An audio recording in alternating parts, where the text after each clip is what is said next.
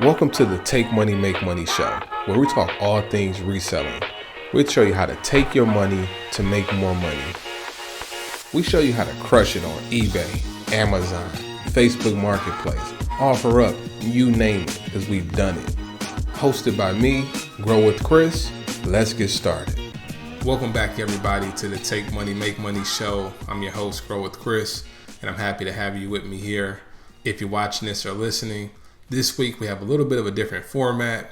Last week I had a live Q&A call with members of the six-figure reseller course, and I'm bringing to you some of the best questions that was asked and some of my responses. So this particular question, we're going to be digging deep, talking about like how do you just get into the rhythm of knowing what products to buy? Does it change by season? Can you just get to the point where you can just look at an item and buy it? Can you just look at the price and tell? So I'll talk about how I approach this and how you do become more comfortable and knowledgeable of what products to buy at what time of the year. Hope you enjoy this. I'll talk to you soon. And so, excuse me, I joined late, but what is the best approach? I'm not sure if you really already answered this or not. Is it kind of the buy? I'm assuming it's buy low, sell high. And so what are essentially the key indicators for those items? It looks like you guys are discussing maybe I'm assuming like seasonal items. And is that a good key indicator you look for during certain seasons, or like what is the best way to gauge it? Or is it just because you're more experienced, you start to get a better feel for it, as you just stated? Yeah, it's kind of all of those things, honestly. There's so many different, I'll say this, like the more you get involved, you're going to start to read Twitter accounts. You know, you may start to, there's a lot of resources around reselling that's out there, right? So you'll start to see what the industry is talking about. You'll see what's hot. But there's also like different sort of niches of products that you can get into. So one thing is like card reselling is still pretty popular.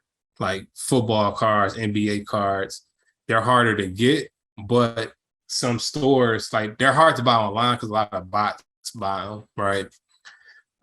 But you may decide you want to get into a bot. Like you might be like, oh, these things flipping for double, triple. Like, okay, I want to do that. And you may decide you want to learn about how does, card reselling work. And there's resources that you can go really specific on that. There's also going to be, there were like this limited edition video game for PlayStation and PS5 that just came out that a lot of people in Discord groups were buying this. It was like $300. They're pre-ordering it because it comes out in like late November. So like if you really into games and you know about that, like that'd be something you want to buy.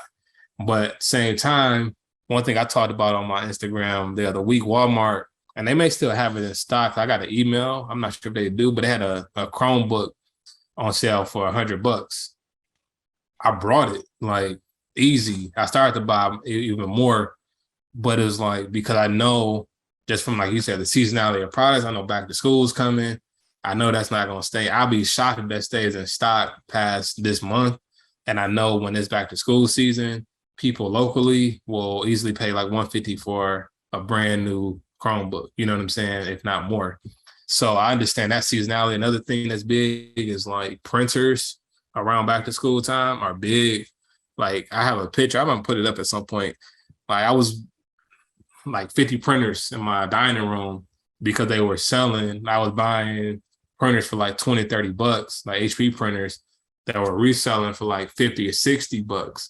And another thing you'll kind of know is that, how would I say this? Like the reselling community is big, right? I don't know why to resell, but when there's hot items like that, there's a lot of resellers who try to buy them.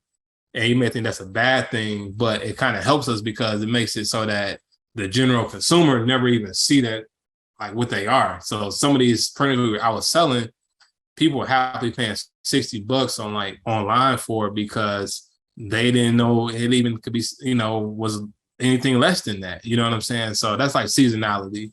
So it's kind of like a combination of all of it. But I like what you said about buying low and selling high because that's another, I think it's a slept on principle of reselling. And I say this in the course is that if you can get an item for 20, 30% off, and then you turn around and resell it, let's say you get an item for 30% off, and then you sell it for 10% less than like the retail cost, like someone will buy that from you and you still make some profit on it.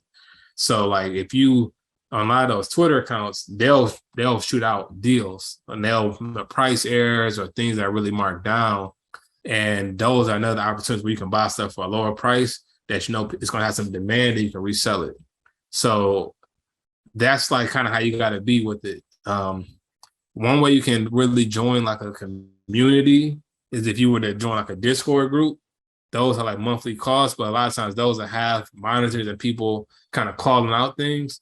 So I use Discord groups, but I don't only use Discord groups because they don't know it all either. So I know I do my own research doing other paid tools, but also I've kind of developed just, you know, the ability to kind of just know how to evaluate stuff on my own, which I think is important to be able to do that too, you know. So everything you said is kind of like yes, and like I think over time you kind of become a little more comfortable with it, and then you'll find out like, oh, and another thing I would say this too, like the market kind of changes, right? Supply and demand is real, so you know whenever the chip shortage, when crypto was super high, you know crypto been going down lately. It's actually starting to pick back up, but you know crypto the last few weeks have been going down. So like, the demand for graphics cards went down a lot, but at one point those graphics cards were selling for 2 or 3 times the amount that you bought them for, and these were things you could buy for like $500, $600, $700. They were reselling for $1,000, $1,200, $1,500. You know what I'm saying?